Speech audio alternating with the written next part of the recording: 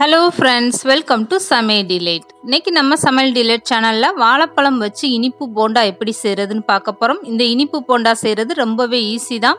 வீடியோக்குள்ள போறதுக்கு முன்னால நீங்க இன்னும் Samayal Delight சேனலை சப்ஸ்கிரைப் பண்ணலனா மறக்காம சப்ஸ்கிரைப் பண்ணுங்க. அப்படியே பக்கத்துல இருக்க பெல் ஐகானையும் கிளிக் பண்ணுங்க. இப்போ வாங்க இனிப்பு போண்டா எப்படி செய்யறதுன்னு பார்க்கலாம். ஃபர்ஸ்ட் இந்த இனிப்பு போண்டா செய்யறதுக்காக ஒரு மிக்ஸி ஜார்ல 1/2 கப் அளவுக்கு ஜீனி எடுத்துக்கோங்க. இதே கப்பில் தான் நான் 1 கப் அளவுக்கு மாவும் எடுத்துக்க போகிறேன்.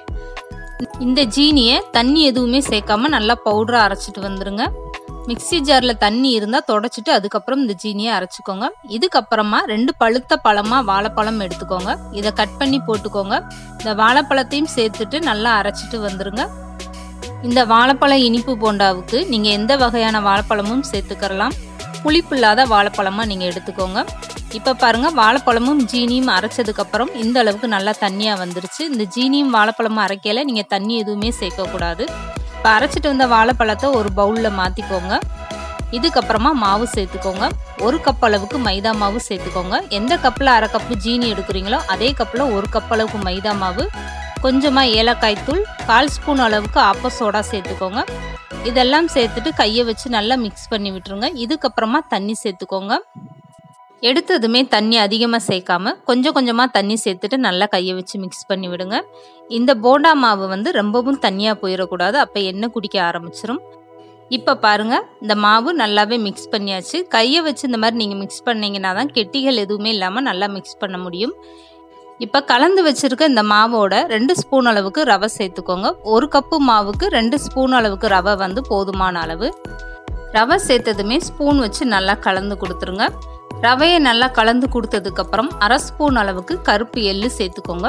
இந்த இனிப்பு போண்டாவுக்கு கூடுதலாக நல்லா டேஸ்ட்டாக இருக்கும். எள்ளு சேர்த்துட்டு ஸ்பூன் வச்சு நல்லாவே கலந்து கொடுத்துருங்க. ரவை சேர்த்ததுனால இப்போ மாவு நல்லாவே கெட்டியாக இருக்குது. இது கூடவே கொஞ்சமாக தண்ணி சேர்த்துட்டு மாவை நல்லா கலந்து கொடுத்துருங்க. மாவு ரொம்பவும் கெட்டியாக இருந்தாலும் உள்ளே வேகாது, அதனால இந்த பதத்தில் இருக்கணும். இப்போ நான் கையில் எடுத்து காட்டுறேன் பாருங்கள். இந்த அளவுக்கு மாவு கெட்டியாக இருக்கணும். கையில் எடுத்து போட்டோம்னா இந்த அளவுக்கு வரணும். இப்போ இந்த மாவு ஒரு 10 நிமிஷத்துக்கு நல்லா ஊறட்டும். மூடி போட்டு அப்படியே வச்சுருங்க. ரவையெல்லாம் சேர்த்துருக்கிறதுனால நல்லா ஊறட்டும். 10 நிமிஷத்துக்கு அப்புறம் ஓப்பன் பண்ணி பாருங்கள் மாவு எந்த அளவுக்கு நல்லா சாஃப்டாக வந்திருக்குன்னு. ரவையெல்லாம் நல்லாவே ஊறிடுச்சு. கையில் எடுக்கும் போதே மாவு ரொம்பவே சூப்பராக இருக்குது. இந்த அளவுக்கு நீங்கள் போண்டா மாவை ஊற வச்சுட்டு சுடும்போது போண்டா நல்லா சாஃப்டாக ரொம்பவே சூப்பராக வரும்.